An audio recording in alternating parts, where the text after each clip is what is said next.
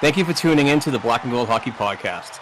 Please subscribe to our weekly Boston Bruins hockey talk on listening platforms such as Apple Podcasts, Amazon Music, Google Podcasts, iHeartRadio, Stitcher Radio, and Spotify Podcasts. We'd certainly appreciate it if you give our show a 5-star rating along with a written review. You can also subscribe to our official YouTube channel for a video version of our weekly program. If you'd like to support our show financially, please go to our blackandgoldhockey.com website and click on our affiliated Fanatics banner before shopping online. Another way to financially support our weekly program is to become a Patreon member to be eligible for weekly Boston hockey prizes and monthly Boston Bruins hand-signed jersey giveaways. Please go to patreon.com/blackandgoldhockeypodcast and donate just $1 per episode. Many thanks for the continued support and enjoy the show.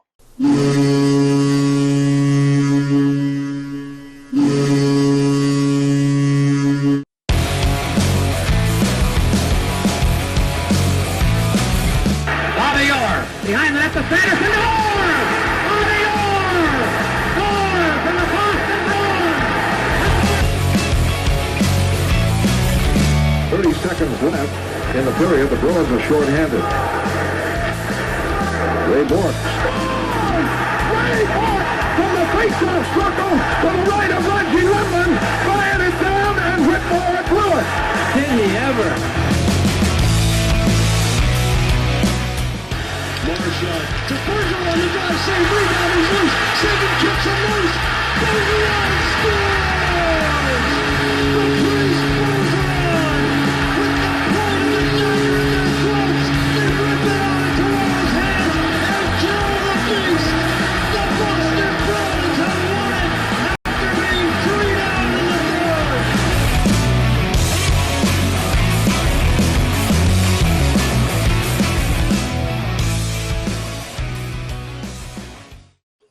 All right, everybody. Welcome back to episode 311 of the Black and Gold podcast. I'm your host, Steve Forni. It's a pleasure to have everybody listening and on board. Happy New Year.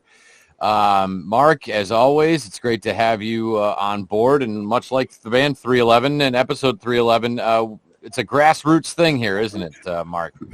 Absolutely, absolutely. Great to be back talking Boston Bruins hockey once again. And I'm really super stoked to end 2022 with my boy down here. Mr. Dom Tiano is back in the house. Dom, how we doing, buddy? Oh, we're doing okay, boys. Doing okay. One day at a time. That's all we can do.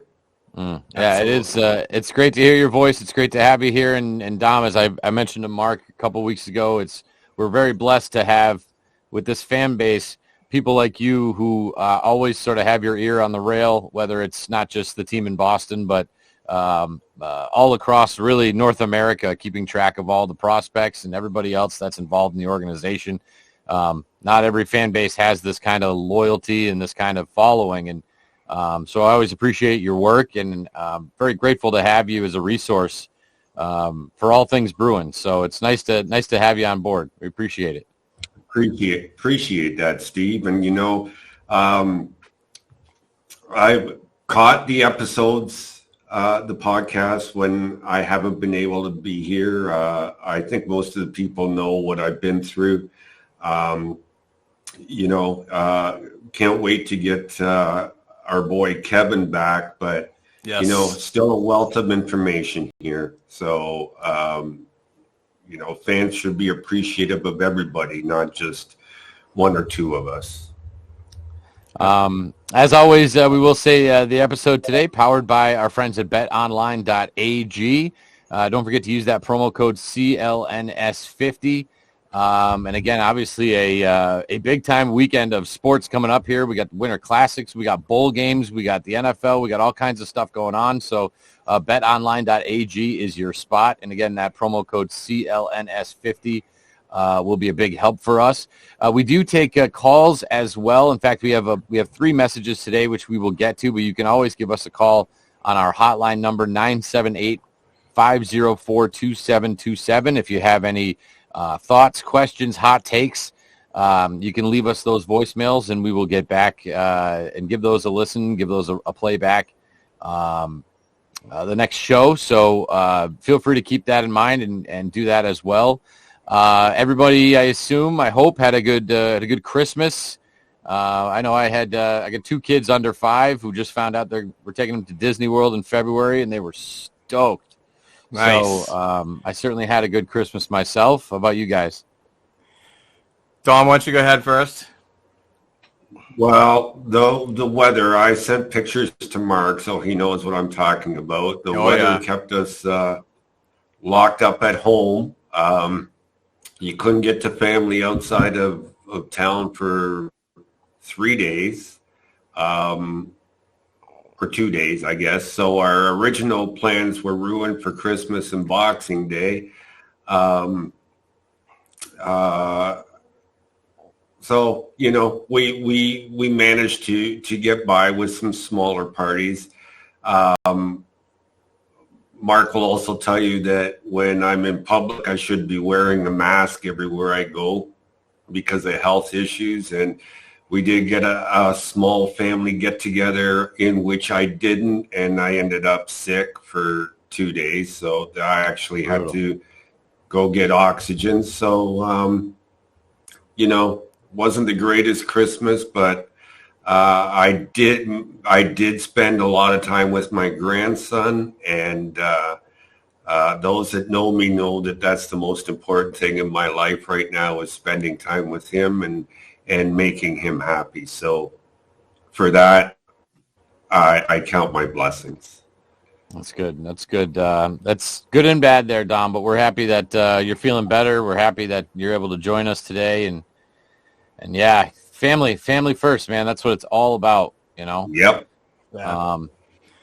We had a good Christmas here in Amesbury. I was with my wife Courtney, and we were fortunate enough to be visited by her father Frank. Unfortunate, my dad got a little bit of the COVID and could not join us, and he's going through a little bit of cancer stuff. So my thoughts are with my father, of course, but it was really tough not to have him around for the holiday season, first time in a long time. So hopefully 2023 is better for all the people that I really care about. Dom, my father, and Courtney's father, and everybody out there that's going through some tough times. Yeah. I don't know about anybody else. It just feels like everybody's sick. And I don't know if it's because we were stuck in the house for 2 years and our immune systems are all shot, but hopefully by the time like April rolls around, we'll all be in the clear. It's just going to might be a slog to the finish line if we can get there. But here we are, New Year's Eve, and it's 2023 already. It's crazy.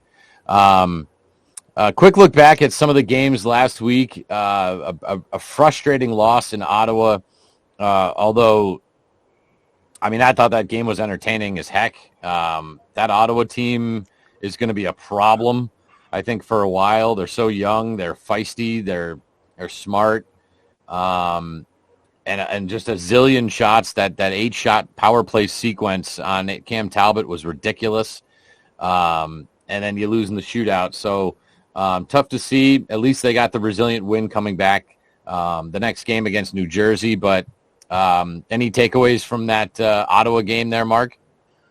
Yeah, I don't know. It's kind of one of those slow starts. You had 3 days off, which is really frustrating for me as a Bruins fan when you have that amount of time off and you struggle against weaker teams in the division.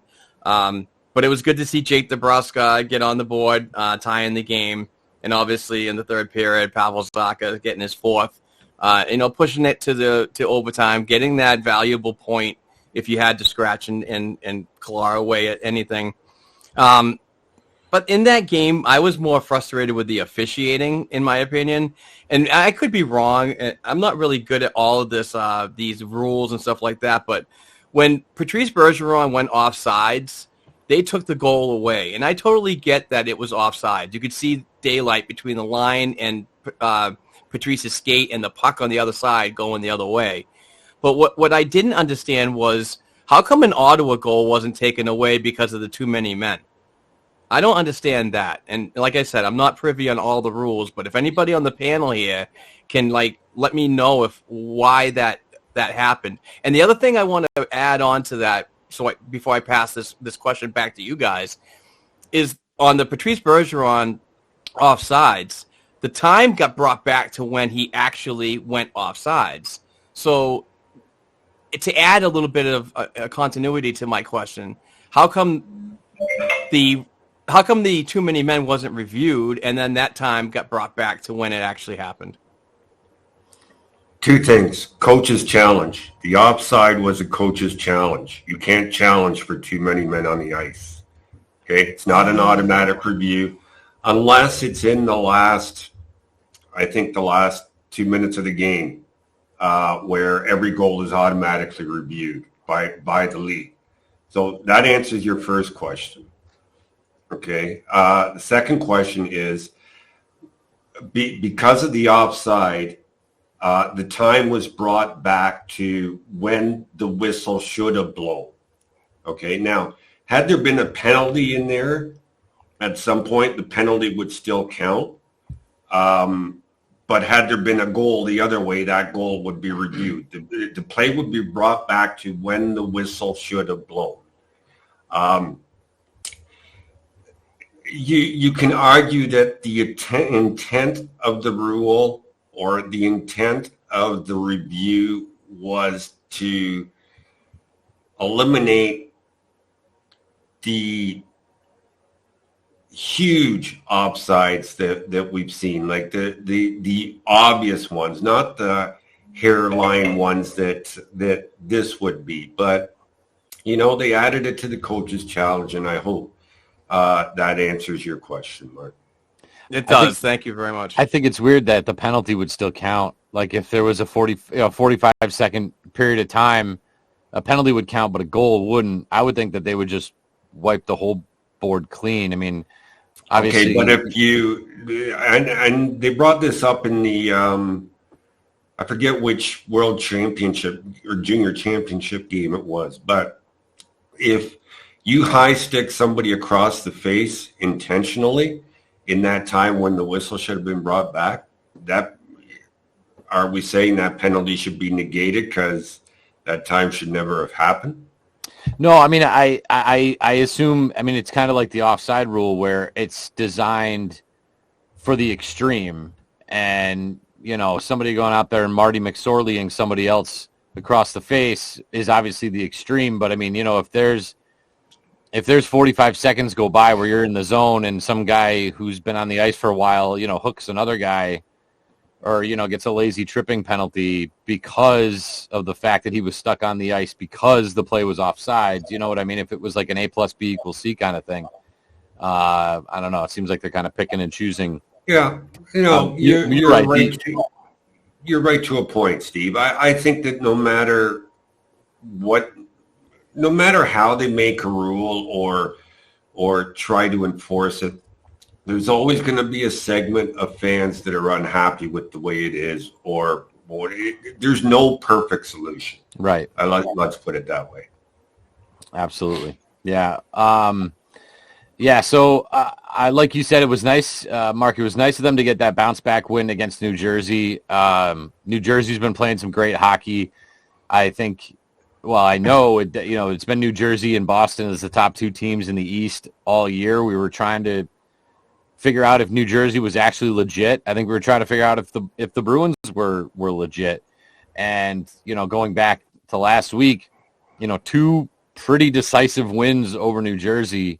I mean, again, New Jersey's another young team. They got a lot of talent on there, but it didn't seem like they were even ready to compete with a team like Boston. I think that was a pretty good barometer of what we're looking at here with this Bruins team, or those wins, particularly the one a couple nights ago against New Jersey, the 3-1 victory there on the road. Yeah, it's another good game, another bounce back after a really tough one in Ottawa and then traveling. And let me tell you, I've heard so many stories on podcasts when former players just say that travel does beat up your body as an athlete. It's just something that I wish, in my personal opinion, the league would really understand that. So if you're going from Boston to New York to play the Rangers, it might not be such a big deal. But when you're heading down to Florida and you're playing the Tampa Bay Lightning and the Florida Panthers and so on, you play them a couple games in a row, but you span it out. It's like you have at leleast 4 days just to sit there and relax, unwind, get with the boys, go out, play some golf, and hit the nightlife, whatever, and just like be the guys, and then go to work the next day and then fly out of there on to your next mission. But this was a good win for them. Again, you said that it sets that barometer when you're playing against the higher ranked teams. And I know Jersey has been not doing very well lately, but they're basically coming down to earth. But it was just another solid win, another 2 points, and another road win. And it's good on a short week. But I'm ready to get back into the regular action and after the post holidays and so on, and I'm excited for the second half. I just want to touch on the schedule real quick, and then I want to ask you guys a question about the Jersey game. There's a lot of complaints out there, a lot of people complaining about the schedule and what the Bruins had to go through between the Ottawa and New Jersey game, and blaming the league and so on and so forth. I'm the opposite. I blame the Boston Bruins, because before the schedule is finalized, they're handed the schedule and say, okay, is there anything you don't like? Is there anything you want to change? And they have the option to change those 2 games. They knew they couldn't fly out until the Ottawa game because of the CBA, and they knew they had to fly right to New Jersey. It's not a league thing. That's the Boston Bruins for approving that. So let's get that out of the way, okay, first of all. Now, as for the New Jersey game, here's my question for you guys. Was that not the best game you had seen Brandon Carlo play in I don't know how long? I think we're talking years. Yeah, I mean, I thought that he was noticeable. I mean, I think most of the games that I watch with Carlo, I don't hear his name much. I don't see him a lot. And I mean, based on his role on the team, it's not like he should be the star. It's not like we should be hearing his name all the time. If you're going out there and you're sort of doing your job and you're getting off the ice, and that's not necessarily a bad thing, but I thought that he was authoritative. I thought that he was confident, comfortable. I don't know if it's a matchup thing or not, Dom, but that's something I absolutely noticed was Carlo's game. Dom, great question. Yeah, I noticed it too. I noticed a little more physicality in his game. That might have been something that might have sparked him early, like somebody might have hacked him in the back of the leg, and he was just like really frustrated throughout the whole game, and he just wanted to hit everything, which is cool. That's fine with me. But for a more stay-at-home type of bigger defenseman and so on, I found his mobility was a lot better, particularly in that game, in moving the puck, a little bit more transition and timing out of the zone, which in the past he has been caught on several times, a handful, not even several, but it's just good things that we're seeing from him. I was happy with his game, and I know people get frustrated with him being the bigger body and not being a more physical and that enforcer type of role, but it's the little things. It's the little impacts that make him a decent defenseman, in my opinion. Yeah, I see a lot of people are talking about the Bruins should move him. But I'm seeing improvement in every aspect of his game. I don't know whether it's been concussions or whatever over the past couple of years, but just his keeps at the offensive blue line, making tough keep-ins look easy, rarely gets beaten to cause an odd man rush the other way. He just looks so much stronger along the boards. If he gets that puck along the boards and someone's trying to take it away from him, good luck. Just every aspect of his game seems to be at another level right now. And Mark knows how much a fan I've been of John Gruden over the years and his coaching with defensemen. People say he's not a legit number 3 defenseman in this league. He may not even be a number 4, and if he is, he's overpaid. I just see the Bruins need this Brandon Carlo if they're going to go deep into the playoffs. Yeah, I agree. If we're moving somebody, I think I would like to keep Carlo. I think Sweeney's more apt to do it too because I don't know. Maybe correct me if I'm wrong, but I think that draft, where they had the 3 picks in the first round, that all didn't go so well for Sweeney. I think Carlo was a second round pick in that draft. Yep. So that's really was the home run for him coming out of that draft. So. I agree with you, Dom, although I will say I think it's about time with Carlo. And maybe it is the coaching. Maybe it is John Gruden. But it's nice to see that impact that he's have. I think it's kind of like Trent Frederick, where I think for a while Trent Frederick didn't kind of know what game to play. And is now starting to kind of settle into his own. And maybe that's what it is for Carlo. Am I supposed to be physical? Am I supposed to be nifty? Maybe now he's realizing I can just play my game. I can go out there and play hockey, and I'll be at my best level. So maybe that's what it is. But not only that is the soft narrative and so on about Brandon Carlo, and I hate that when you're talking about a player that has concussion history. But what's good about there's nothing good about concussions. Let's put it that way first, okay? But what's good about Brandon Carlo is his confidence is getting up there in those areas where he has gotten those concussions. And I think his body position has gotten much better, where he's not turning his back into a hit and really causing the head to either thrust forward or backwards where it gets a little bit of contact and then he gets, his bell rung a little bit. But it's just a confidence thing for me. And yeah, I absolutely agree with Dom when he said earlier that those are the types of players that can get you far into a playoff series or even several rounds into the postseason. So it's just a lot of good things that we're seeing from this Boston Bruins team. From day one, when this season started, we were pretty much blown away by how everybody's being bought in. Maybe like it did take Brandon Carlo a little longer than everybody else to adjust. But it's really good to see that defense is really, really starting to shore up at a really good time of the year as well.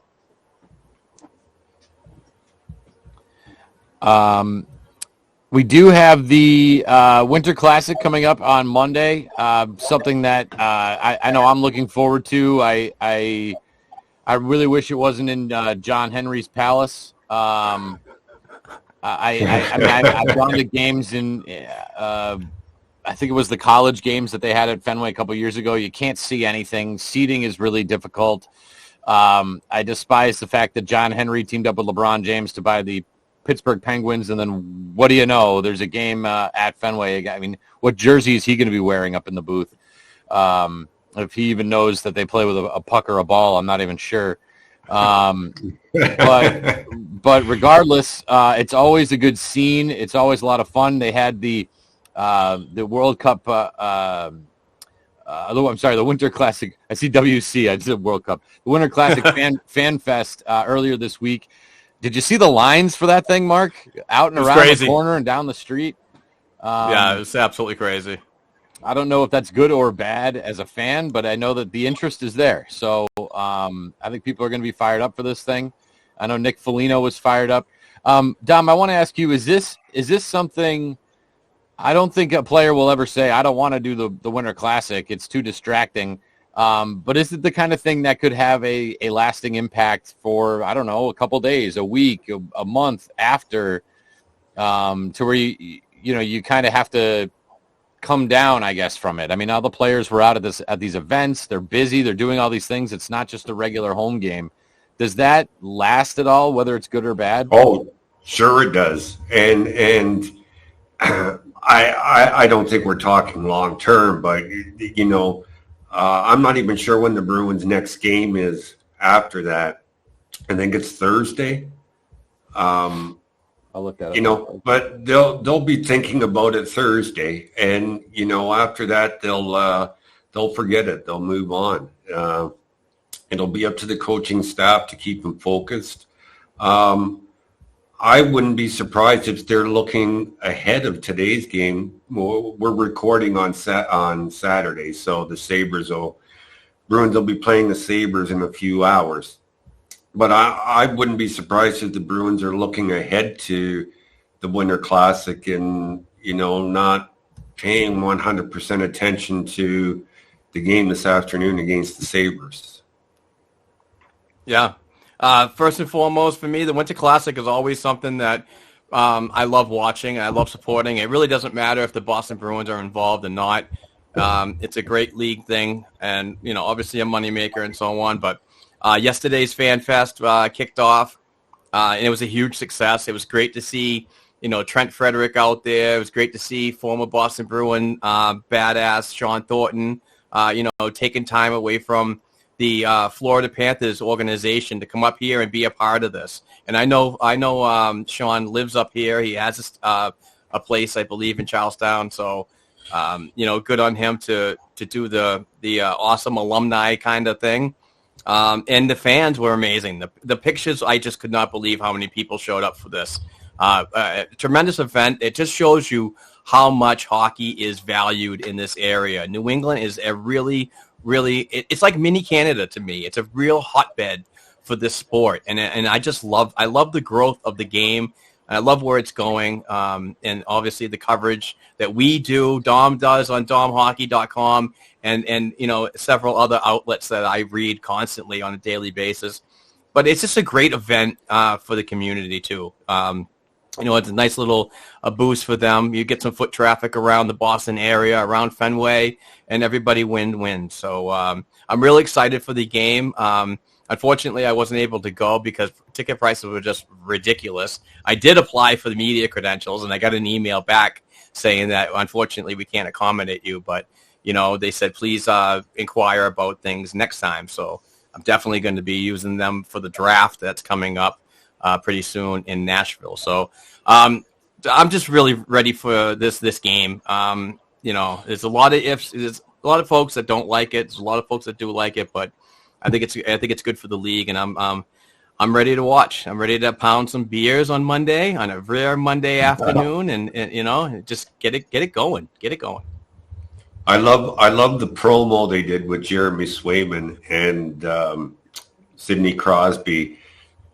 And I know Mark tweeted out, like, why couldn't they use the starting goaltender for the actual which was priceless, Mark. Great tweet. But I don't think that the promo would have worked the way it is with Ullmark instead of Swayman. But that was beautifully done. Kudos to whoever came up with that one, I think. And credit to Swayman because, Sidney Crosby has a lot of years of experience doing these things, but Swayman looked like a 20-year pro in doing that promo. So kudos to him. Yeah. Hey, you guys, I was reaching for a little controversy on that one. But it was good that several folks came at that tweet to explain that this commercial was done during media day, which is traditionally done before the season actually starts. So. Yeah. Yeah, so I kind of got it there, but I was reaching for a little bit, like, hey, the goalie controversy kind of thing. That's a hashtag goaltender union in me. Well, when we look at the game, go ahead, Dom. No, go ahead. No, go ahead, Steve. I was just saying, looking ahead at the weather, which is kind of something that's not always the case, but it doesn't look like it's going to drop anywhere near freezing between now and Monday. Temperatures are going to be in the mid to upper 50s tomorrow. They're going to be in the low to mid 50s on Monday. Is that going to be an issue here? Is that going to be a problem for the teams, for the rink, or is it just going to be a nice balmy day to go watch some hockey? I don't think it'll be a problem for the ice. The ice making equipment is world class. The NHL really invested well in there. They'll have only two issues with the ice: if it's too sunny or if it rains. Otherwise, I think the ice will be just fine. And for the fans, I don't know. Do you want minus 20 out there or whatever? No. So I think they might like the more comfortable weather. Interesting. Yeah, and several years I've read that everywhere this ice making machine goes, it's just for special occasions like Winter Classics and so on. but it's several grades up from what's in the traditional NHL arena right now.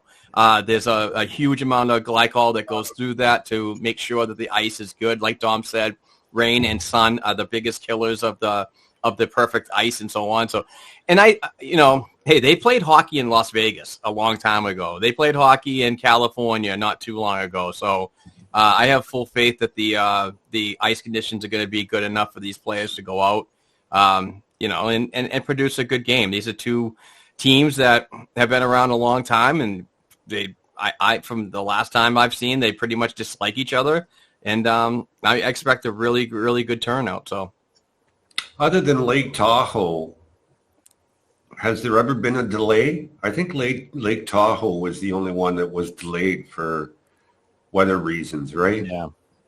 Buffalo might have been one. Was that when it was snowing might have been sideways? one, the very first one. Yeah. I'll be honest. When I decided I wasn't coming back as the PA announcer, this was the one that I thought I'm going to regret it, is not being able to sit up there where Joe Castiglione sits for the Red Sox games and Nice. calling the game.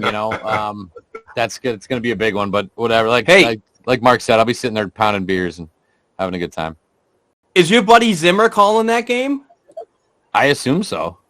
Okay, because I didn't hear anything on his Twitter at all. So I don't know if they're going to have a national announcer or are they going to have the home announcer. Well, for Jake's sake, I would hope that he gets to do it because again, that's sort of a once in a lifetime opportunity. For my sake, if they were going to bring in a national guy anyway, then I won't feel so bad. But I mean, for me, it was getting to do an AHL All-Star game in Springfield was awesome. And, this sort of would have been the icing on the cake, but I hope they give Jake that opportunity because he's a good kid, a good announcer.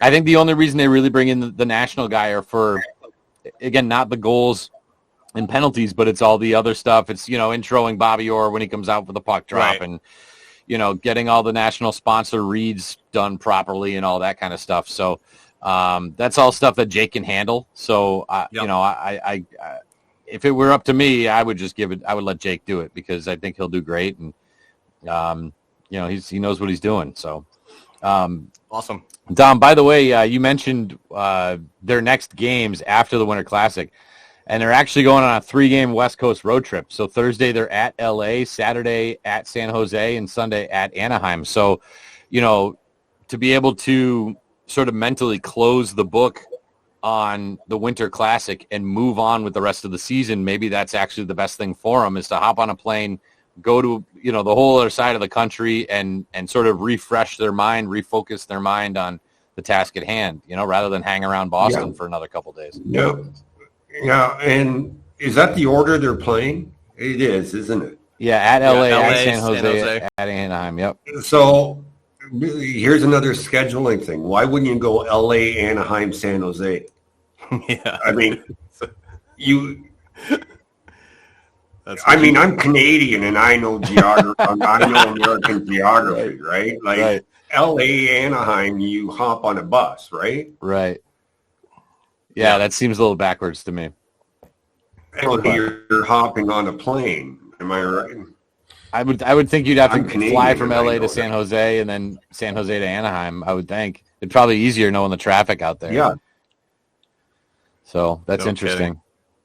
Interesting. Well, certainly something to look forward to over the next couple of games. And like you said, Dom, I hope this isn't a game today against Buffalo that sort of gets, as they say, the scheduled loss because they're focused on other things. But it'll be interesting to see. Today? Is it Swayman? I'm guessing it's got to be Swayman. I can look it up real quick. I'm thinking it's Swayman. See if we know. But yes, Swayman would be my guess. Although if they're going to, Allred getting the start in the Winter Classic, right? Right. I don't know. Hot hand. I mean, Swayman's been wearing all those Winter Classic pads. Have we seen Allmark in the Winter Classic pads at all? In practice, no. He's been practicing with his gear. Not all the time, but it's just to break it in and so on. The reason why Jeremy Swayman's doing it is because he's playing well.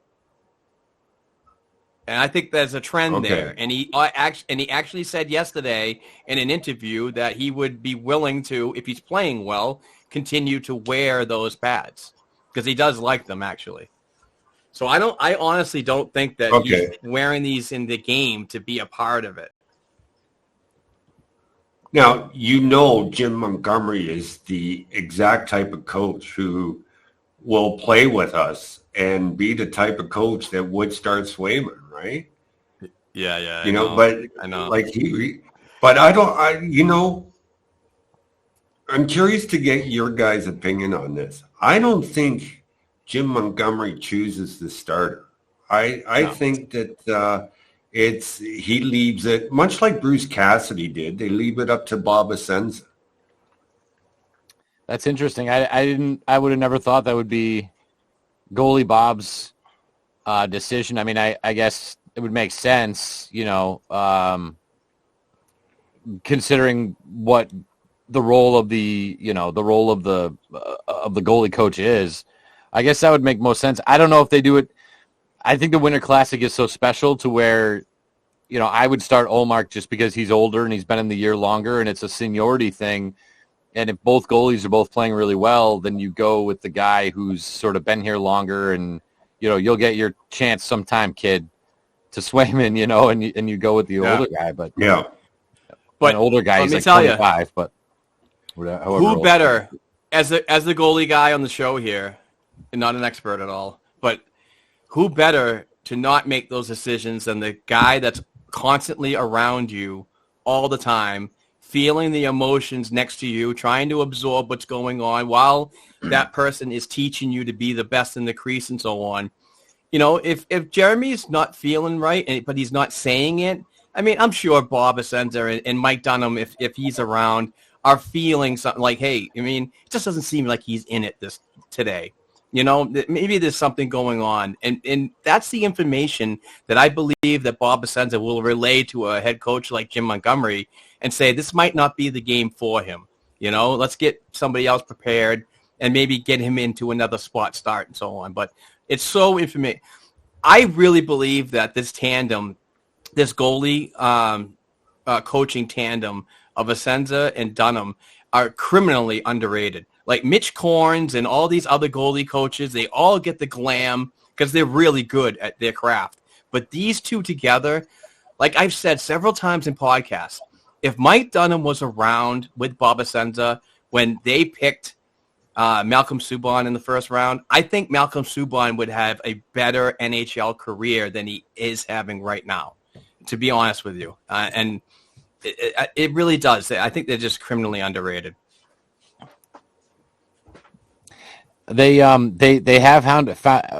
they've certainly had a way, and we are lucky with this. They've had a way to have these homegrown goaltenders. They haven't had these situations where you got to keep trading for guys, and but Tim Thomas was pretty much from the ground up. Tuukka Rask, he came via trade, but when he was young enough to where he was created pretty much here. You did trade for Ullmark, but he spent most of his time. He didn't trade.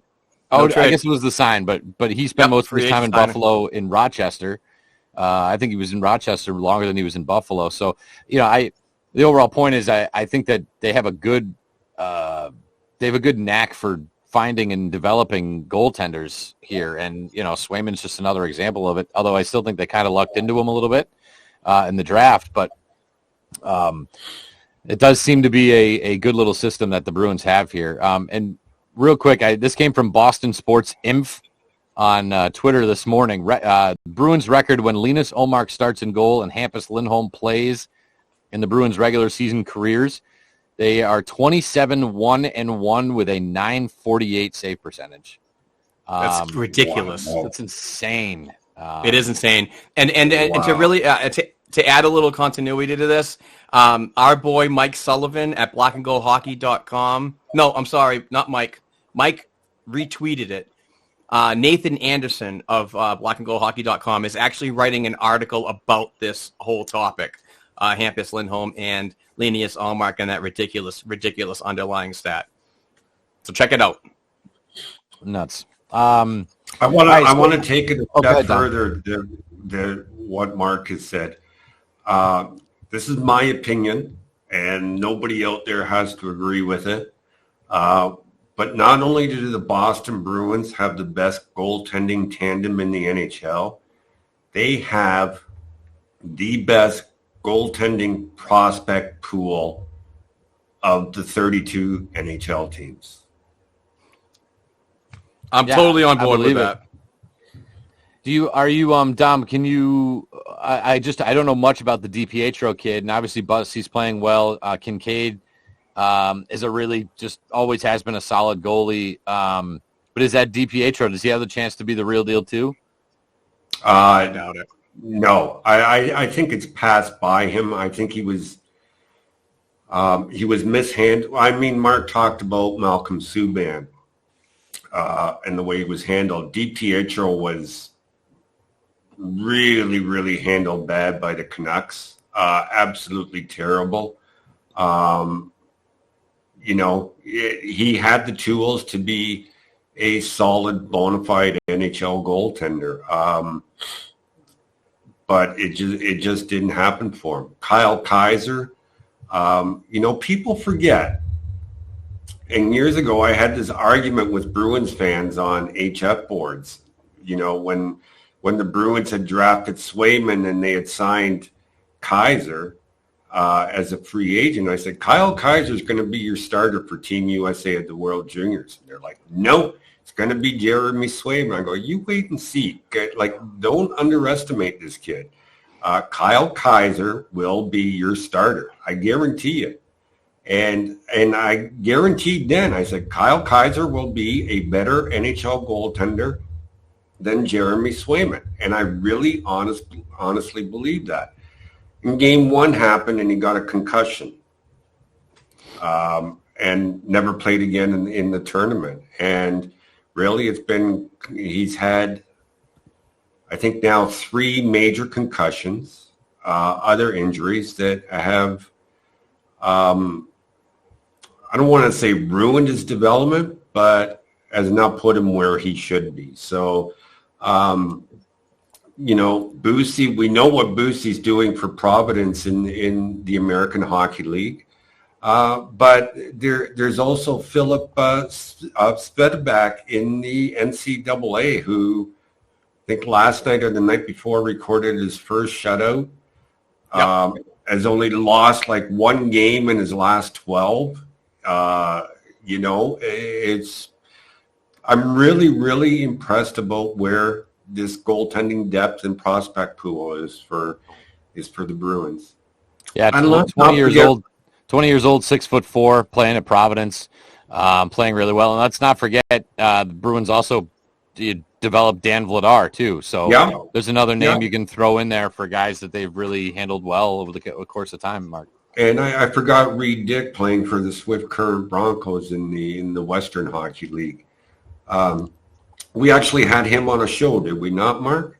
Yes, we did. Over the off season, he came on the program, and what a really nice guy, a nice kid, very well spoken. And I keep tabs on the goaltenders and basically all Bruins prospects, on the eliteprospects.com. And, he's not having a great year out in Swift Current. But then again, that program out in the Dub is not the strongest as it has been in the past. I remember when Jake DeBrusk was out there and so on. That was a pretty dominant team. But the Boston Bruins believe in his upside over his stats. He's a bigger goaltender. Mm-hmm. NHL teams are always looking for the over 6'2". Now they're even getting higher. I mean, you're looking at the 6'4", 6'5", 6'6" goaltenders and that are really producing well. And you look at a guy like Brandon Bussi, who I believe, and I'm probably going to get hammered for this, but I kind of have a feeling that he's got a little more upside than Jeremy Swayman, which makes me think that if needed, if the Boston Bruins do not win the Stanley Cup this year, could Swayman be a package for somebody that can get the team over the threshold? If they win the cup this year, let's not even think about this conversation. But I think that if they don't do it this year, you're going to probably see another year of at least Patrice Bergeron, and who knows about David Krejci. You want to make those deals. You want to get it done, and blah blah blah. I think he could be a valuable piece for a team that is looking for goaltending, especially a young one. You could look at the Arizonas and the team and the pieces that they have, or anywhere around the league. Goaltending is always needed. So I'm not saying that I want him traded. All I'm saying is he could be a piece to move because we do have that goaltending depth. And I believe that Brandon Bussi could be the next one. And I also think that Senza and Senza and Dunham kind of miss working with that type of goaltender like Vladar. And they have it in Brandon Bussi. And like I said, I'm really high on this kid, and hopefully he does get a chance at the NHL level. Wow, so much there.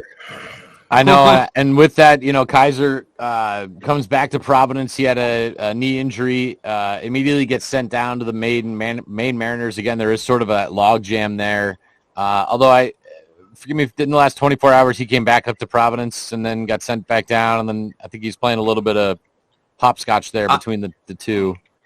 I have a theory about that. And Dom, you might have a different one. But I believe that the reason why he got sent down was obviously he needs to get some time in the crease, and it's not happening.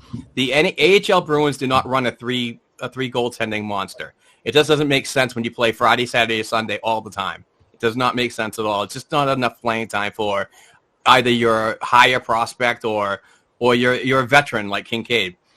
But I believe that call went out because of what happened to Linus Ullmark in practice. I think yesterday he had something happened to his arm. He went off the ice, but did come back to finish practice. I think the call went out to say, hey, we need Kincaid up here. And then obviously the levels went up. It's like, okay, now we need Kaiser back up in the American Hockey League to cover for Kincaid. I think that's why it happened. I might be reaching a little bit, but I'm sure Dom has a little more information. Maybe. No, you're probably right, Mark. I just don't read too much into those things. I really don't. Somebody has to go to Maine. When DiPietro comes back from the Spengler Cup, it's going to be him, and then the Bruins are going to have to decide on what to do with that three-headed monster. Because that's what. Let's put it this way: Kincaid's not going anywhere. He's an insurance policy for the NHL, and a good one. Yeah. Yep. And the Bruins are going to have to make a tough decision. And look, if I was Jeremy Jacobs and the owner of the Boston Bruins, I want my general manager to have to make these tough decisions. That's what I pay him to do. And as much as it sucks, that's too bad. That's hockey. That's winning hockey. Now do what you're paid for and make the decision. Yeah. Just to add on to that, sure. If and when Michael DiPietro comes back to Maine, the obvious scenario would be to have DiPietro there along with Kyle Kaiser as it stands right now. But in the East Coast League, there's trades happen all the time.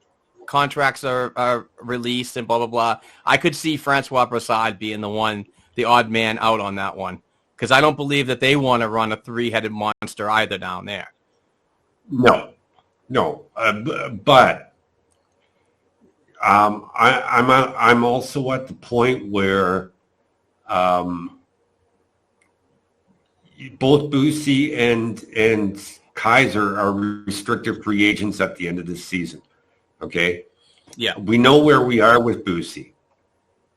Bruins absolutely need to find out where are they with Kyle Kaiser. They have to.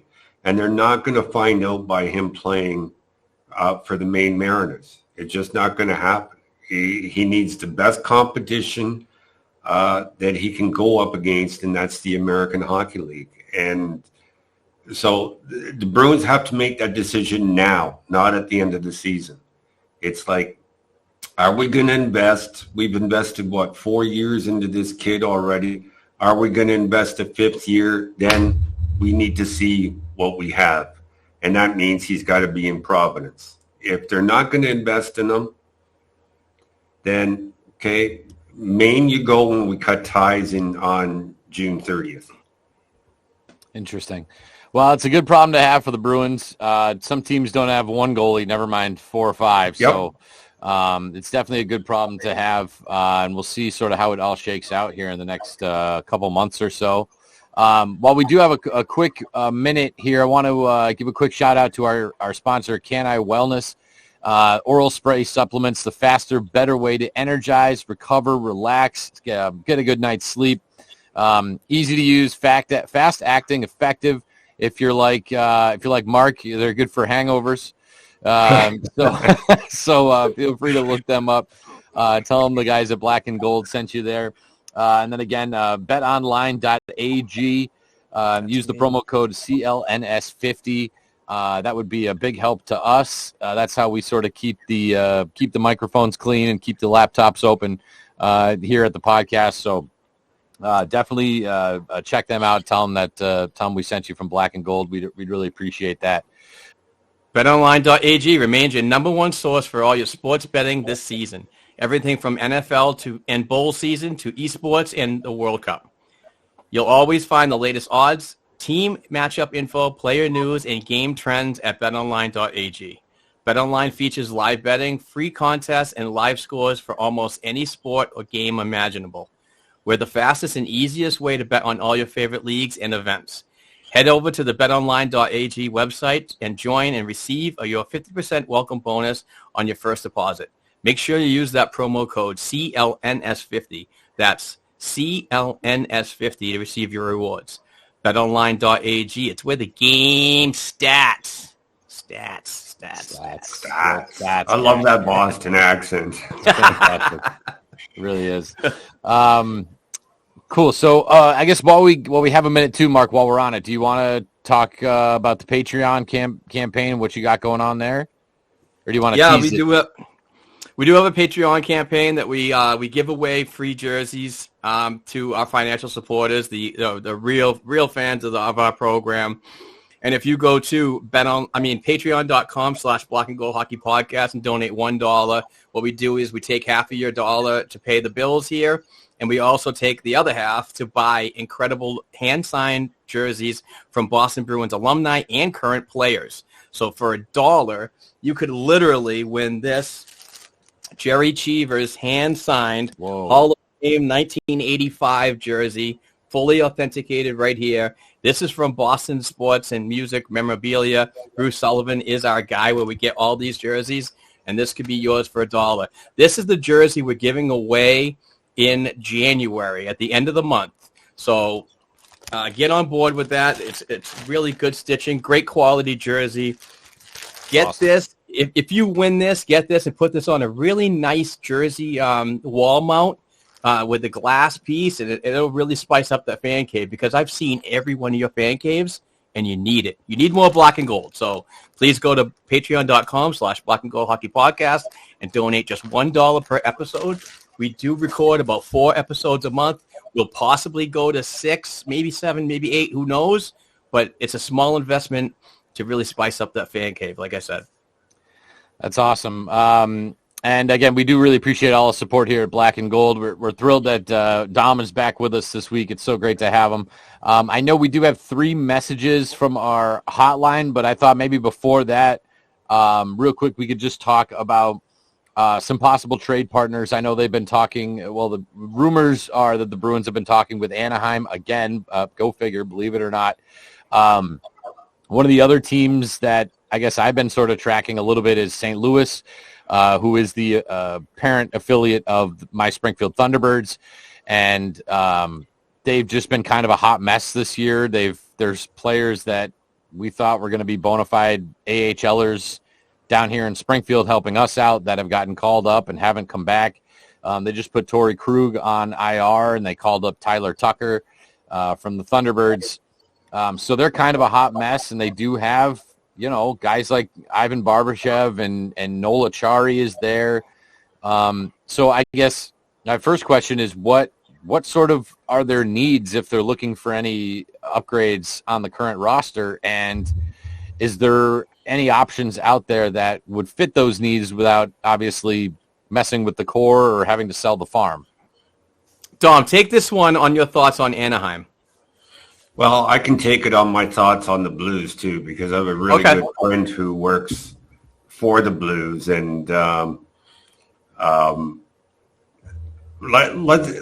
let's start with Steve's question about what they could do to improve the roster. I don't think that they're in a position to make a trade to improve the roster right now, because really, other than, I would say, their need to improve for right wing, that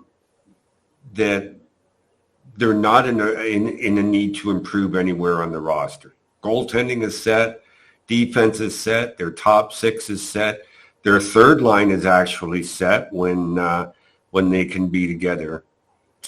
We saw with Thomas Nosek out the last game that fourth line is disoriented without him there, like totally disoriented.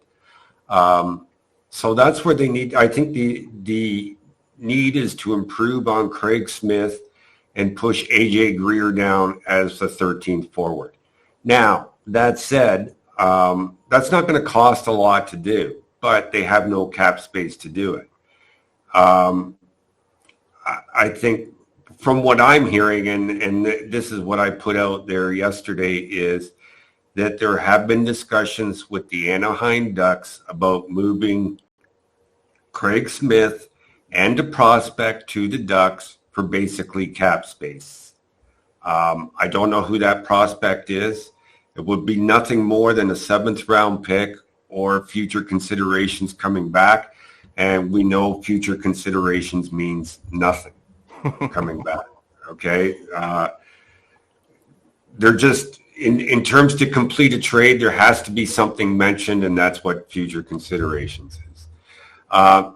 So that would clear them the cap space, and that would add about $8 million to their deadline cap space. Okay. Now, if I can take a second to describe deadline cap space, because there's a huge misunderstanding out there on Twitter about what that means. Both Cap Friendly and Puckpedia like to describe that cap number as deadline cap space. It is not actually cap space.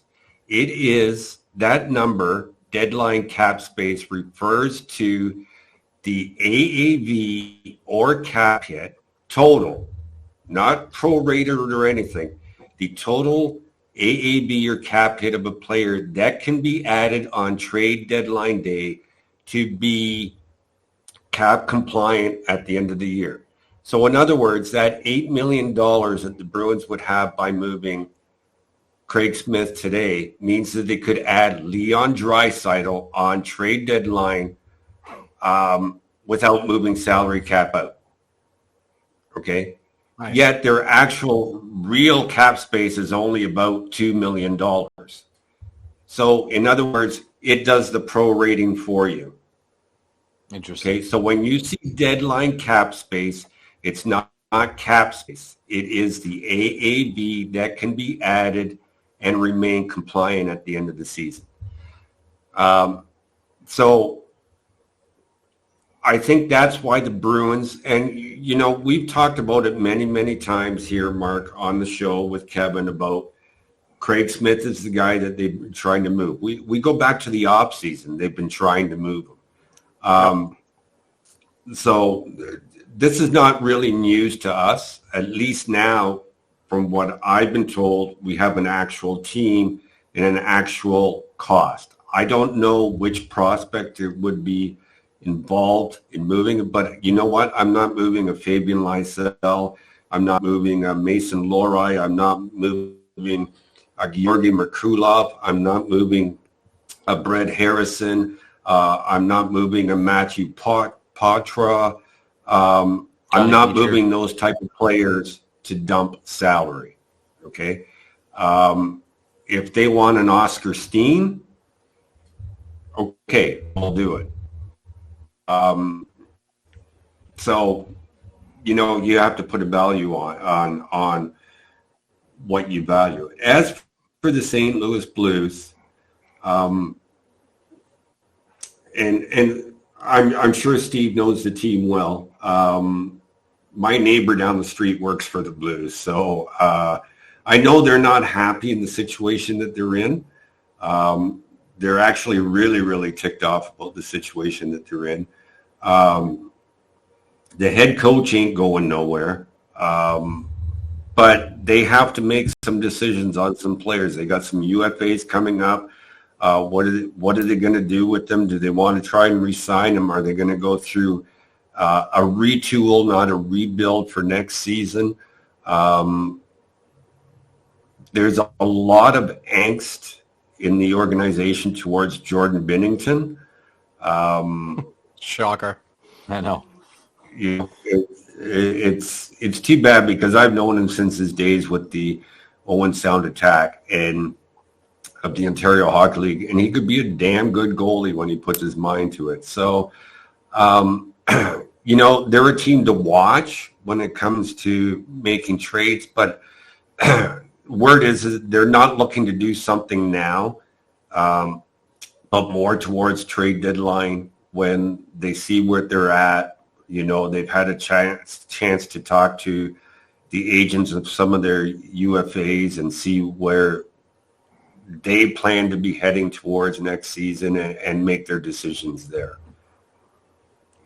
So staying with the whole St. Louis thing, Dom, I was listening to a podcast with Emily Benjamin, NHL writer, NHL.com writer, was on, I think it was NHL on Ice, the very good podcast. And they mentioned that if the Boston Bruins were to look for an addition on the wing, Ivan Barbashev was one that they really, really hampered on to get because of his familiarity with former Blues coach Jim Montgomery. So, I mean, there's always ties there that are going to bring you back. But also there was, what do you do with Noel Acciari? I mean, he's got familiarity with Boston, period. And he knows a lot of the current players right here. I think he'd be a really good fit. His offensive game really got better because he was able to get into better roles with teams like Florida higher up in the lineup. And he's got 9 goals this year, So, I mean, that's a potential addition right there, like you said, at the trade deadline. But it's also moves that I think are motivating. It's not just somebody that we don't really know and that person doesn't know the coach and so on. But there's familiarity in both situations that I think could work if Craig Smith's number was taken away and his roster spot. Yeah, I mean, I wouldn't be against acquiring either one. This is an all-in situation for the Boston Bruins. There's just no way they cannot be all in. And I think either one would help the team. But I would, in a way, I would give way to Jim Montgomery and his feelings as to which one he thinks, like you said, he knows Barbashev, right? He doesn't know Acciari. But I think I would go towards what my coach's feeling is, and look, we all know Bruce Cassidy didn't like to get involved in these types of discussions in player personnel. I think you absolutely have to trust Montgomery here and say, is he the guy? Is Barbashev the guy that can put our fourth line over the top? Because let's face it, you would put the Bruins first line up against anybody, right? You would put their second line up against anybody else's second line, even their third line. You would put them up against the majority of third lines in the NHL. But that fourth line, as currently constructed, I think you're okay with Nosek. I think you're okay with Foligno. But that right side really needs an upgrade. I know there's people that say the defense is where the upgrade is needed, but to roll four lines, you need that fourth line upgrade. And, you know, I'll go to my grave thinking that if they don't win the cup and they don't upgrade that fourth line. Yeah. Several other teams have in the past, and it's been successful for them. Tampa Bay, i.e., you know. Yeah, I mean, Barbashev mostly plays mostly on the left side, and it looks like he's going to be about $1 million, and it costs about $1.5 million against the cap more than Achari would. I mean, my only thing with Achari is you know, Jim Montgomery doesn't know him too well, but you know, the de facto coach, as Jim Montgomery has pointed out sometimes, Patrice Bergeron, David Krejci, they know him, and that carries a lot of weight too, because you know, if Jim Montgomery is at intermission saying, "Hey, Patrice, you know, you talk to the guys. This is your locker room," and Bergeron says, you know, get some cap relief. If we can get some cap relief, I want you to bring in Noel Acciari. I think that's something. Obviously, that's not Montgomery's decision, but I think that's something he would certainly back and support, coming from who it's coming from. You know, and that's a good point to make, Steve. Absolutely, bang on. I appreciate it. Thank you. That's why he's here. I'm not worried about Barbashev playing mostly on the left, because we know Foligno can move to the right. Yeah, that's true. Not a Frederick's the same thing. Frederick's been a traditional center since he's been drafted, playing at Wisconsin and playing in Providence. Comes to the NHL level, and now he's just going through all three positions up in the forward. So it's good to have like that versatility sometimes. I think that the versatility has been so successful in this Boston Bruins organization, because it allows you to mismatch your lines when things aren't working out. Now, I'm curious what you guys, I know you're supposed to be guiding the show, Steve, but I want to throw this at you because I see a lot of people saying the Bruins need to upgrade the defense, and I just don't see it. I'm curious to get your opinions on it. Well, I think that they have the depth, and I think that, I mean, I've always been a Connor Clifton fan, but that's partially because I also went to Quinnipiac, and I sort of got my start calling Quinnipiac games when he was there, and so I got a bit of a soft spot for him. I mean, the only guy that I have questions on is Grzelcyk, because I just in the playoffs they've come across bigger, meaner, stronger, tougher teams, and Grzelcyk gets hurt relatively often, and he's just super undersized. And you know, we talked about Carlo. You know, Carlo is a big dude, and even though he doesn't play physical, he can still be big when he has to be. And you know, I love Jack Ashawn down in Providence, but again, he's so undersized. You know, if you can get, I mean, Derek Forbort is not a world beater. This guy he's no Cale Makar, but you also, if you get anywhere near the front of the net, you're going to know he's there, you know, and the pucks go into the corners. He might not be the first one there, but he's strong and physical enough to get the puck and take it from you and move it up the ice. And you talked about the strength of Carlo. You know, Grzelcyk is great on the power play. He's great at breaking out the puck. But you have that in Hampus Lindholm. You have that in Charlie McAvoy. So the need for years, it was the need of a puck-moving defenseman on the power play and on the breakouts. And now they have a bunch of them. And I don't know if you could give me Matt Grzelcyk that was 6 inches taller, and you know had 25 extra pounds on him, I'd take that. But that would sort of be where my only question is just getting a little bit bigger, meaner, tougher on that back end. Yeah, I'm on the same boat. Okay, go ahead. No, go ahead, Mark. Go ahead. I'll ask my question of both of you after. So I'm in the kind of the same boat. I'm not a Grizzly hater, and I know Steve didn't say he was either, but there are valid concerns about his game. Defensively, I sometimes I think he gets caught out of position a lot, but when he gets the puck and it's in transition, those are real positive things that you see. He really snaps the puck around, looks for the stretch pass a lot because he can move it really fast. More or less, I'd really want to see if there was an upgrade to be made. I would want to see something like that. But as of right now, it's really, I don't know. I'm kind of in the whole, if it ain't broke, don't fix it. But that terminology can always change when it comes down to a 7-game series in the playoffs. And, everything gets that much tougher. The grind gets harder, especially in front of the net and around in the dirty areas. And I kind of have to agree that I would like to see a little bit of an upgrade, but if it's the panic at the trade deadline, then we try to go for it. But other than that, I don't know. It's kind of at a wait and see what happens from here until March 3rd, basically. So, if Grizzly were to go down, Jacob Zaboral is your number 7. Mike Riley is your number 8.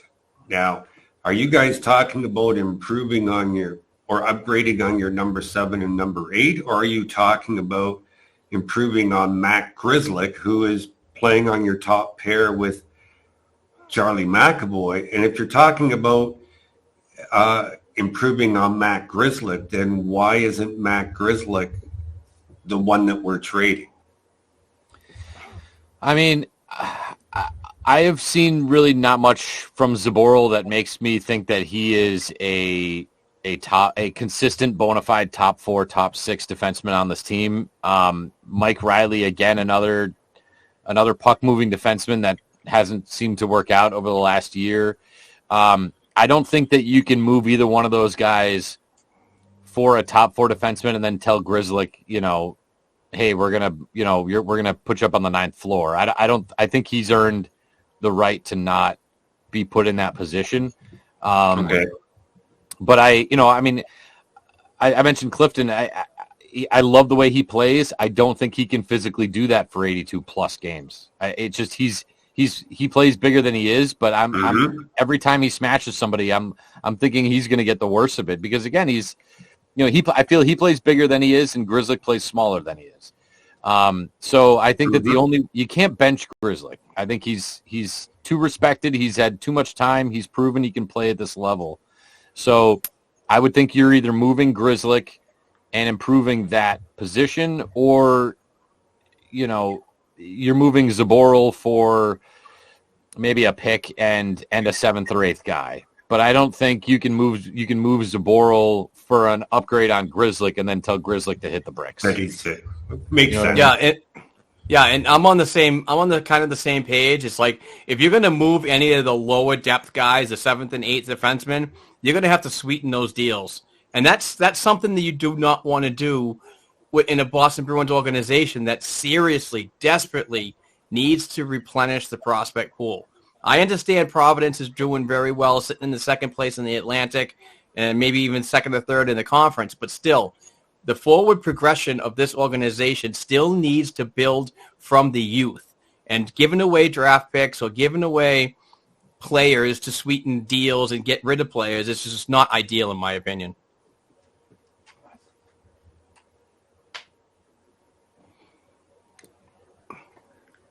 Oh, did Dom freeze up on us? Oh, no. Okay. I'm trying to absorb everything.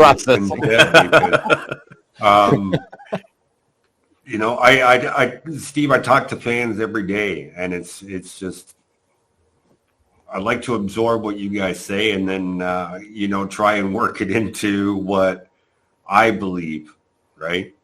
And we're on the same page. Like I said, I think the need is to improve that 4th line. I would like some defensive depth, yes, but we're talking depth. That means a number 7 or number 8 guy. I'm not talking depth with the forward. I'm talking a guy who steps in and plays a regular shift on that 4th line, each and every game. So that's where I disagree with most fans. And I'm with you on the Grzelcyk has earned the respect, Steve, and deserves to be in there. And I firmly believe in 2019, had he not gone down, the Bruins win the Stanley Cup. I really do. But he went down yet again. And, you know, do we want to be in that situation in 2023? Yeah. And Mark will tell you, and when you talk about the fourth line, I just want somebody else that can routinely kill penalties, because at the rate that this team's getting penalties, and when your two best penalty killers are Bergeron and Marchand, who are also your best forwards and your best power play guys, having them kill a zillion penalties is just a waste of ice time. I mean, it's nice to have them kill them, but they need relief. They can't be out there killing 4 or 5 penalties a game. So, you know, I know Nosha can do it, Foligno can do it, but when they are your top penalty killing unit and your top power play unit and your top first line, it's too much. It's too much. And so I would like somebody there that can really take over a penalty killing unit, and that can relieve Bergeron and Marchand of those duties as much as they can. So I'm with you on that. Right, because I mean, they've done it with Coyle to try and relieve some of that time. Even Jake DeBrusk to try and relieve some of that time. But like you say, it's too much for them. I'd rather have Marchand and Bergeron out there during key offensive situations than key defensive situations. Agreed. Yeah, it makes sense. All right, Mark. Well, what do you say we get to some calls? Again, if you want to give us a ring anytime, day or night, you can give us a call at 978-504-2727. You can leave us a voicemail if you have questions, you got hot takes. You can reach out to us and we can play them back on the show and answer your questions or take your hot takes. But we do have 3 calls that we'd love to get to. So, Mark, if you're ready, we can fire those off. Yeah, this is voicemail number 1. I'm sorry I didn't have time to grab the name right now and mention you, but you'll hear who it came from right now. Hey, Black and Gold Hockey Podcast. It's Chris from LA with another very brief question. Mine's about Marchand. This is the day after the Columbus game, and I thought he's been playing good lately, but just not up to his usual greatness. I know there was some mention about his conditioning coming off the hip surgery, but it seems like it's almost maybe a little bit more than that. So what are the options there, and when should we start to worry that it's not just he needs to get his conditioning up, but a little something more? All right, thanks, guys. Interesting question. Marchand is like one of those up and down players. It's a double hip surgery that he had. I know that there's a lot more that he's not, I don't believe he's at 100%. But I'm still taking 85% Marchand on any of my teams, any day, all day. The guy's just a crafty forward. He moves very well. The most frustrating thing is the turnovers that he gives up. Crosses the blue line, cuts, waits for layers to come in, but more or less kind of like the backhand right to another player, and then this transition the other way. And I don't know. It's just maybe I'm nitpicking a little bit, but I don't think that Marchand's really been playing that bad that we need to explore other options, as Chris might have mentioned. But I don't know. I think that it could only get better here when he's working with Bergeron and DeBrusk on that top line. That's just my thought. What about you, Dom? What do you think about Marchand up to this point in the season? Yeah, number one, there is no other option. Number two, he missed training camp. He missed the start of the season. So conditioning could be a problem. But 3, and I think we'll answer some of Mark's questions about his giveaways and stuff.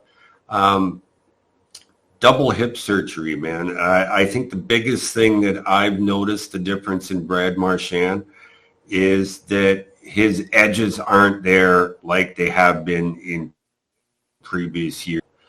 I've seen it start to come back the last couple of games where he can turn on a dime, swivel on a dime, elude the checker on a dime. It's starting to come back to him slowly but surely.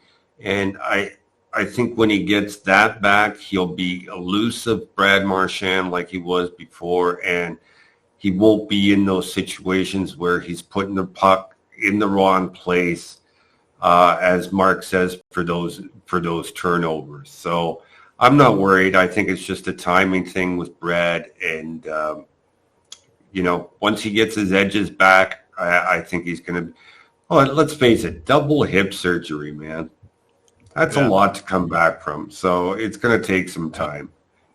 Yeah, and let's remember, just based on the way that the team is playing on the whole and where they are in the standings, he can kind of afford to pick his spots. But coming off of that surgery, I mean, if they were down in the basement or they were fighting, for an 8 spot, we would be expecting a lot more out of him. But I think that just based on the fact that everyone else is playing so well, he does have, as you said, Dom, the opportunity to have a bit of a feeling out process coming back from the surgery. And again, I looked at the Columbus game, again, he played 2 minutes, almost 2 full minutes of shorthanded time, which again, he played 2, Bergeron played almost 3. So, I think, like you said, Mark, Dom, when you said he has that swagger, when we know he's on, he's got this swagger on the ice, and he's shaking guys just for fun, just to embarrass them. I haven't seen a lot of that, but again, I think, like you said, it's not easy to come back from physically. He came back sooner than he was expected to come back, and I think that this is, for lack of a better term, getting sent down to the AHL for conditioning or having a training camp. He doesn't get any of that, so he has to, like I said, kind of pick his spots where he's going to go 85%. He's going to go 75%. Because that's just the only way to sort of get back from this. Absolutely. All right, Chris from LA, thanks for your call. We really appreciate it. Mark, do you know who's up next, or will we? I do not. I just have it listed as voicemail number 2. Spin the wheel. Spin the wheel and see who it is. Yeah, this is Rick. I'm calling from Colorado, and appreciate you guys keeping me posted.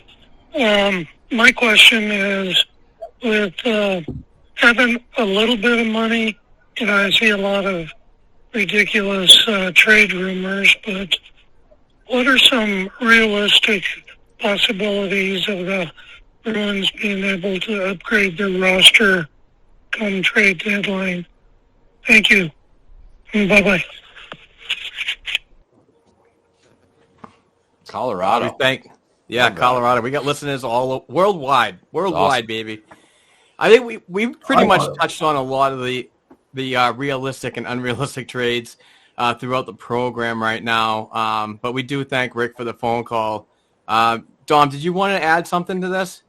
Yeah, Rick, I'm not sure that we're seeing trade rumors. I think what you're seeing is trade proposals made by other fans. The only rumor I know of that the Boston Bruins are in is that they're trying to move Craig Smith for salary cap space to do something at a later date. So, let's not get trade proposals by fans confused with actual rumors.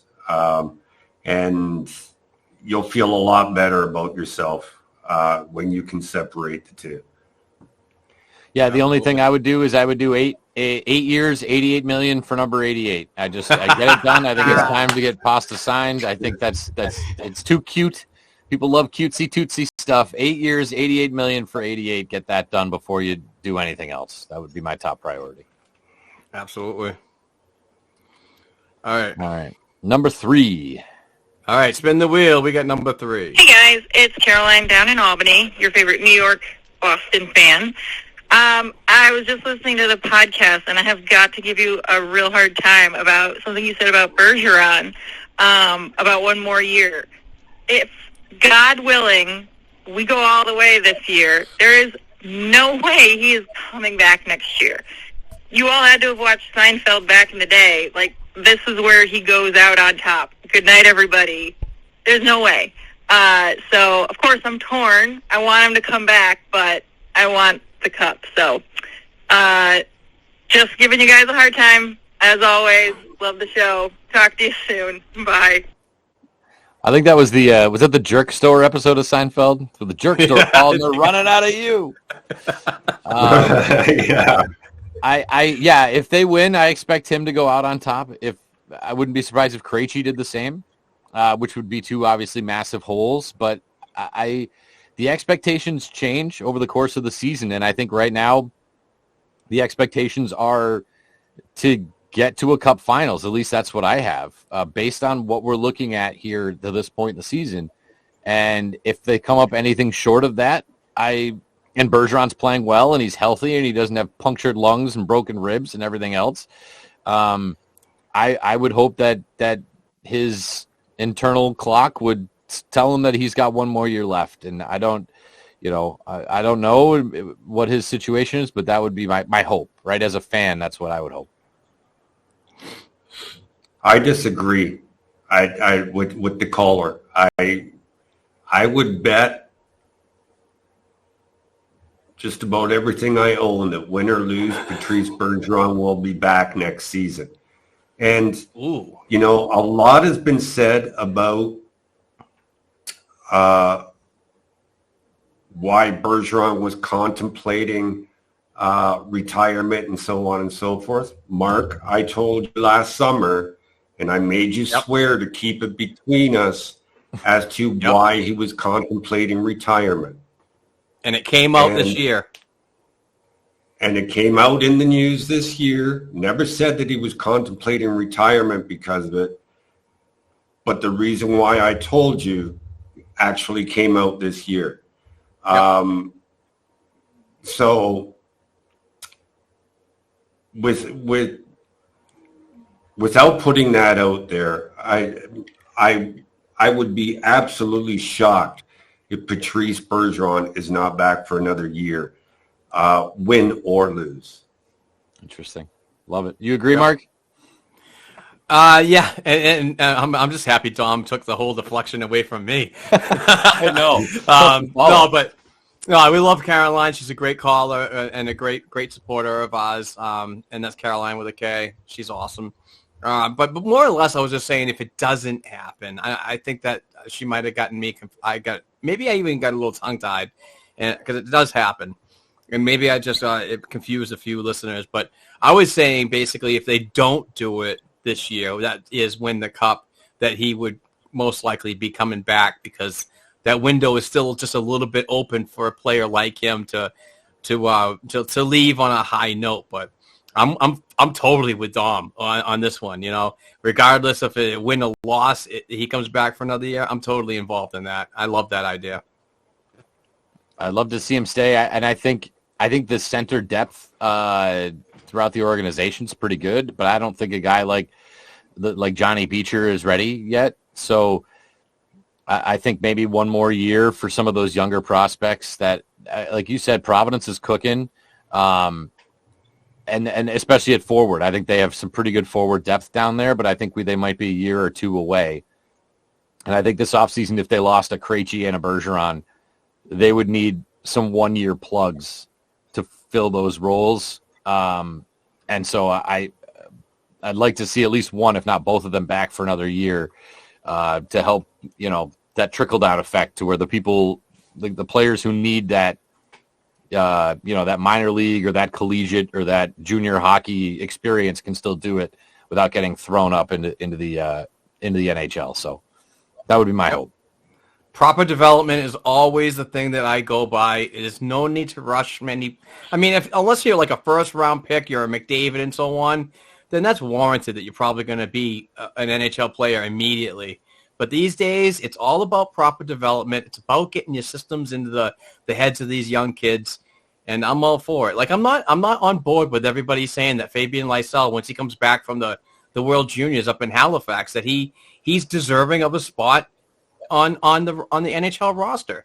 I think that he's a tremendous talent. He's fast. He's creative, but he still needs to work on his game away from the puck. And he's working with a very, very good veteran down in Providence right now. And that guy's name, and he's leading the points in all points, is Vinny Lettieri. Lettieri has been working with Georgi Merkulov on the left and Fabian Lysell on the right all year long. That line has not been split up, obviously, with Lysell in the World Juniors. He's not there, but it's been a very productive line. And I think that Fabian's learning a lot from Lettieri, a guy who has been in the NHL and has been, an American Hockey League player for a while as well. But those are the type of veterans you want to absorb the information off of. You just don't want to throw them right up in the NHL and just see what happens. I mean, yeah, I agree. I agree on Lysell. I mean, I took a lot of heat from Bruins fans after Game 1 of the World Junior Championships when Sweden won 11-0 and Lysell didn't get a point. And I said, I hate to say it, but he's just not ready. I mean, he was consistently Sweden's last man back. Didn't put the effort to come back, yet being probably the best skater on Team Sweden. And it's like I'm getting responses like, nobody cares about an 11-0 game. Well, actually, you know what? They do. Like, I talk to scouts. I talk to NHL scouts. And, their biggest thing is they want to see the same effort in an 11-0 game when you're up or down as they do in a 3-2 game. That's how scouts determine your work ethic, your competitiveness, being the same player in an 11-0 game as you are in a 3-2 game, whether you're up or down. So, yeah, I hate calling people out, but that's the reality of it. And Lysell just wasn't there. And I even closed my comments with by saying, I'm not worried. I think he's a smart enough player and a committed enough player to eventually get it. But still, I took a lot of heat for saying what I said, and it was fact. Everybody was talking about this great game he had, despite not putting up points, and I saw something totally different. Yeah, same here. He's still developing. He's a Euro that is in his second full season over in North America. There's a lot of adjustments that need to be made, and we're seeing it from several different prospects that have played European hockey and coming over here into the NCAA. It's just it's a process of patience. Fans they're the shiny new toy. They're like, oh, I want that, I want that, I want that. And it's like, let's go to McDonald's. Let's go get our fast food. It's just like, be patient. Believe in the process. And like I said earlier, it's all about proper development these days. It's not about getting the guy in and seeing if he's a bust or not. It's about learning the systems and just being around this young player and letting him evolve into his game. Like, I don't want to, the 2015 draft is always going to hamper this Boston Bruins organization.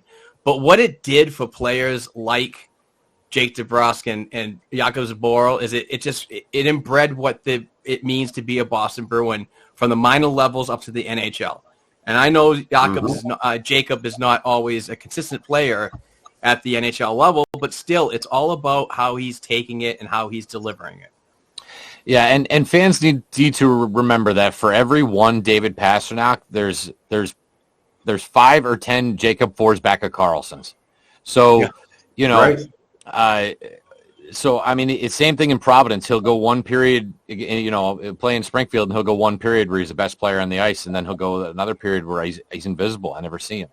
So, you know, patience is a virtue with these guys, and sometimes and a lot of times, and this is no slight or anything towards Lysell, but it's up to him. You know, it's up to the player. He's going to get the coaching. He's going to get the playing time. He's going to get the leadership, like you said, from a guy like Vinny Lettieri. At the end of the day, it's up to the player. And you know, the Forsback of Carlson's, you know, those guys are a dime a dozen. And so this is, I think it's a pretty critical time for a player like this at this point to figure out where he is and what he wants to be. And I have all the confidence in the world that he will. I think he's, I say this in a good way. I think he's a cocky little kid. Some of the things I've heard him say to other players, like in the penalty box and stuff, he's confident, that's for sure, which is good in a good way. But you know, it's turning the corner. This is a big point in his development, I think. And like Dom said, you're, you know, in an 11-0 game, you still got to be the best player on the ice. You still have to impose your dominance and your will on players that aren't as good as you. And you know, we'll see if that starts to develop over the next day, the next week, the next month, right? I mean, one game at a time for this kid. Absolutely. Cool. Wow. Well, this has been great. I mean, what do you guys think? I know we still got some stuff in here. I know Dom, we don't want to work Dom too hard. I know you're sort of under the weather here.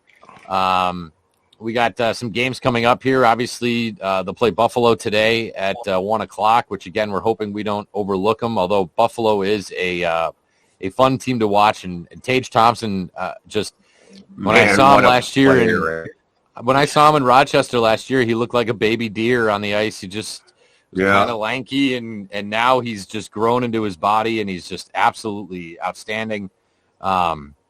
And a blast to watch. So Buffalo, much like Ottawa, could be a real problem here in the next couple of years. Certainly interesting to watch. The Winter Classic, again, I hate to be that guy, but I think Pittsburgh's uniform is also outstanding. Something about that old P that it's a sweet looking logo. So at Fenway, it's going to be aesthetically pleasing. Again, that game Monday at 2 o'clock. And then a good opportunity for the Bruins to sort of put all the madness from the Winter Classic aside as they head out west, starting on Thursday against L.A., San Jose, and Anaheim. So, again, the Kings play them well. San Jose plays them well. Anaheim, we know what they are, but it's be a good opportunity for the Bruins to figure out sort of who they are here as we head into the new year. So lots to look forward to and lots to be happy about as a Bruins fan coming out of 2022.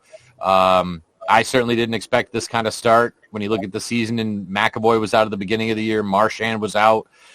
So many holes to fill, and yet we didn't know what Pavel Zacha was going to be coming out of that Eric Holla trade. Allmark's been borderline historically good. So it's been a lot to look forward, a lot of good things coming out of it, and a lot to look forward to the next year. Absolutely. I do want to take an opportunity to I'm not mention looking past today. You're not looking past today? No. That's good. They can't either. I'll tell you why. Because we know what the Bruins did in the first 18 games of the season. And we heard all the, I hate using nasty language, but we heard all the bullshit stuff about how the Bruins had a weak schedule and, they played terrible team and blah, blah, blah, blah, blah. All the excuses that you could think of. And then we started to hear about how they were never going to repeat that through the next 18 games and so on and so forth. And, now we're hearing about, they had to go against a Colorado team that was injured. And just excuse after excuse. But nobody talked about they weren't talking about, the Bruins went on a 16-2 run. And they were missing for Charlie McAvoy. They were missing Brad Marchand. They were missing Matt Grzelcyk. Brandon Carlo was out for a while in that span. David Krejci was out for a while in that span. Like injuries happen. You need to play what's put in front of you, the games that are in front of you. And I mean, how come Ottawa was able to beat Boston twice in these 31 games, and almost everybody else couldn't beat them once, right? So like, it's the games in front of you, people. So we look at these 18 games, second set of 18 games, and I put out at the start of it, said, would you be happy if the Bruins went 12-6-0 in these next 18? And they're 12-2-3 or something like that, 13-2-3. So they're exactly where they were in the first 18 games, minus 3 points, depending on what happens today. I'm just wondering what excuse is going to be put up. And I'm not talking about fans. These are actual hockey media people that are putting some of this crap out there. So, go read The Athletic or go listen to the Fan 590 in Toronto, when in actual fact, you should be listening to this podcast and get the real stuff. Ooh, I was going to say, Dom, is it just the fact that the Canadians hate the Bruins? Canadian media people they hate the Bruins, whether they're going back to Mike Milbury or going back to Bobby Orr or I don't know, Steve. I really don't know, because they hate Jack Edwards. It's like I honestly don't know what it is, because the Bruins actually have a very good following in Canada. You go to Atlantic Canada, the Bruins are huge, man. Yep. I lived 3 years in Vancouver, British Columbia, and it's Vancouver country, but the number of Bruins fans that I run into there, unbelievable. I can tell you that the fans are spread throughout the country. So with the exception of Leaf fans and Canuck fans, it's not the fans that are saying it, it's the media. Even Habs fans, I respect Montreal Canadian fans. I have as much respect for them as anybody, because they understand the game, and whether they may not like it or not, they know that this Bruins team is on a historical run, and they're not going to put out crap out there about them because they're on it. They're going to respect them for it. Interesting. That's right. Well, this has been a lot of fun, Mark. And Dom, it's great to finally have you on board, and I find you so fascinating, and you're such a wealth of knowledge and information. This has been so good to have you back. And Mark, do you have any closing words?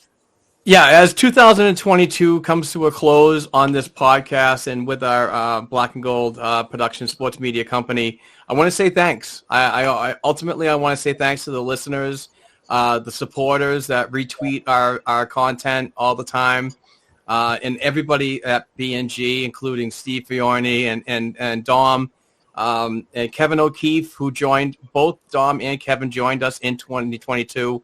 And I believe really took this show to a different level. And I really appreciate the hard work and so on, regardless of health issues and other stuff like that. You guys are like family to me. And I don't care, I'm just so happy that Dom had the time and the health to join us today and talk some Boston Bruins hockey. But like I said, I just really just want to say thanks to everybody who's been really supportive. And I just really want to mention that I hope 2023 is good for everybody. My dad, Dom, anybody else struggling health-wise or with other issues. I just really hope that next year is more beneficial to everybody all around. So That's it for me. I cannot wait to the Winter Classic on Monday afternoon. I'm really stoked about that. The Buffalo game today, I'm pumped and ready to go. So it's been a lot of fun. And again, Dom, I cannot thank you enough for the time today. You've been a great, great person throughout the years, but even better to this production in the past year. Appreciate the kind words, fellas. I just want to wish both of you and everybody who's listening. I know it'll be too late for them to hear it, but be safe today, whatever your plans are for tonight. Whether you're celebrating closing out 2022 or celebrating bringing in 2023, just do it in a safe manner, because I want to do this again sometime next week, and love it. It's about taking care of yourself today so we can do it again in the future. Safe, Great. Healthy, and whichever year you're celebrating tonight, just do it in a safe manner. Absolutely. It's great, Dom. Yeah, Well don't be a news story. As I like to say, don't be a news story on a New Year's Day. So, so definitely peace and love to everybody on this New Year's Eve, and we look forward to getting right back at it in 2023. It's exciting. So, thanks everybody. Episode 311. Fantastic. Thanks as always, Mark, Dom, and we look forward to doing it again next week.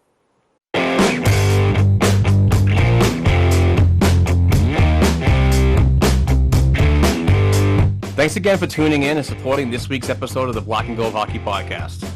Please give the show a 5-star rating and write a review on listening platforms such as Apple Podcasts and Spotify Podcasts.